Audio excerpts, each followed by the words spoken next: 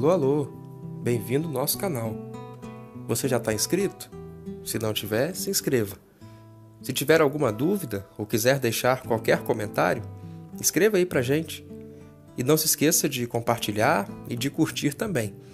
Vamos continuar divulgando a preciosa palavra de Deus. O livro de Atos foi escrito por Lucas. Sabemos disso porque tanto o Evangelho de Lucas quanto este livro são dedicados para a mesma pessoa, um homem chamado Teófilo. Lucas se tornou o primeiro historiador cristão da história, pois ao escrever este livro, ele o faz com um cuidado muito grande em apresentar de modo cronológico, conciso e claro o raciocínio que ele estava querendo desenvolver.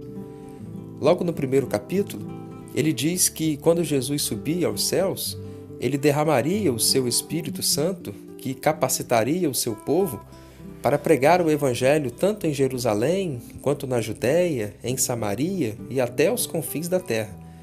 E uma leitura cuidadosa deste livro nos faz perceber que é exatamente essa progressão que Lucas procura apresentar no seu livro. O Evangelho começa sendo pregado em Jerusalém e na própria Judéia, que era a região onde Jerusalém estava.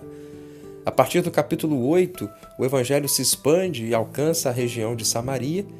E mais à frente, a partir do capítulo 10, nós já encontramos o Evangelho alcançando os gentios e alcançando os confins da terra. E o livro de Atos cumpre um importante papel na história da palavra de Deus, pois ele faz um elo imprescindível entre os evangelhos, que contam a história de Jesus, e as cartas de Paulo, que foram cartas direcionadas à igreja.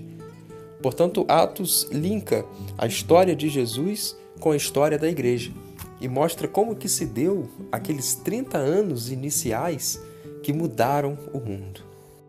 Este livro mostra como que foi a atuação de dois grandes homens da história do cristianismo e talvez os maiores cristãos de todos os tempos: Pedro, na primeira metade do livro, e Paulo, na metade final. E parece haver uma preocupação por parte de Lucas em colocar uma certa igualdade entre esses dois homens, pois é possível encontrar várias semelhanças de atuações no ministério desses dois só no livro de Atos. Por exemplo, ambos foram presos por pregar o Evangelho e foram miraculosamente libertos da prisão. Ambos curaram paralíticos, ressuscitaram mortos, foram adorados como deuses, dentre tantas outras semelhanças entre eles. E com certeza a história desses dois homens serve como uma enorme inspiração para nós, que precisamos ser muito mais do que cristãos nominais, do que seguidores de Cristo apenas em um dia da semana, mas precisamos, à semelhança de Pedro e de Paulo, dar a nossa vida em prol do Evangelho e viver por Jesus e para Jesus. Há quem diga, inclusive, que este livro, ao invés de ser chamado Atos dos Apóstolos, deveria chamar-se Atos do Espírito Santo, pois é perceptível o destaque que Lucas dá à atuação do Espírito Santo neste livro. Desde a sua descida, lá no capítulo 2, e toda a sua atuação por meio da vida dos apóstolos, e a interferência e a mudança que o Espírito Santo de Deus provocava na vida daquelas pessoas que tinham a oportunidade de ouvir o Evangelho. E quando nós permitimos que o Espírito Santo de Deus atue em nossa vida e em nossa igreja, é isso que também acontece. Nós recebemos poder e autoridade do Senhor, capacidades especiais, que são os dons espirituais. Temos também o desenvolvimento do fruto do Espírito, e aí podemos praticar o amor, a comunhão, a fidelidade, o companheirismo, o comprometimento, a coragem, como nós encontramos na igreja primitiva. E aí a Bíblia diz que a cada dia o Senhor ia acrescentando os que iam sendo salvos. Enquanto a igreja fazia a sua parte, Deus fazia a dele. Nós precisamos, como igreja, nos espelhar em alguns aspectos desta igreja do livro de Atos e ter coragem para propagar o Evangelho e ter amor pelas almas perdidas e ter amor pelos nossos irmãos e dedicar a nossa vida em função do reino de Deus. Que aprendamos a ser igreja e que possamos transformar o mundo. Sabemos que Lucas participou de alguns dos eventos que ele narra no seu livro de Atos, pois Lucas era um companheiro de Paulo, um amigo muito próximo dele, e era inclusive o seu médico particular. E percebemos que, em determinado momento da narrativa, o texto começa a ser descrito na primeira pessoa do plural. Ou seja, Lucas passou a integrar aquele grupo. E ele participou de 2 viagens missionárias de Paulo.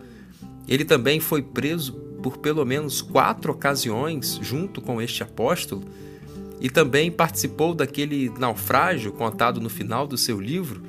Isso nos mostra também que quando estamos vivendo próximos de pessoas santas e quando nos relacionamos com pessoas que estão próximas a Deus, nós também temos a oportunidade e o privilégio de partilhar de grandes experiências espirituais.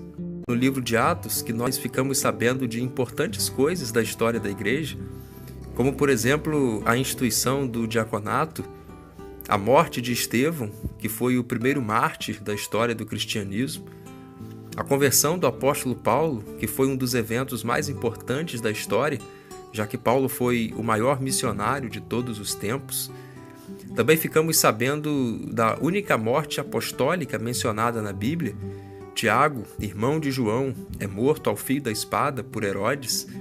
E também ficamos sabendo que Tiago, irmão de Jesus e autor da carta na Bíblia que leva o seu nome, se tornou o bispo, líder, pastor na igreja em Jerusalém. A tradição diz que Lucas nunca se casou e que continuou pregando o evangelho durante toda a sua vida, e que ele teria sido morto aos cerca de 80 anos de idade por causa da sua fé, e ele foi enforcado numa oliveira.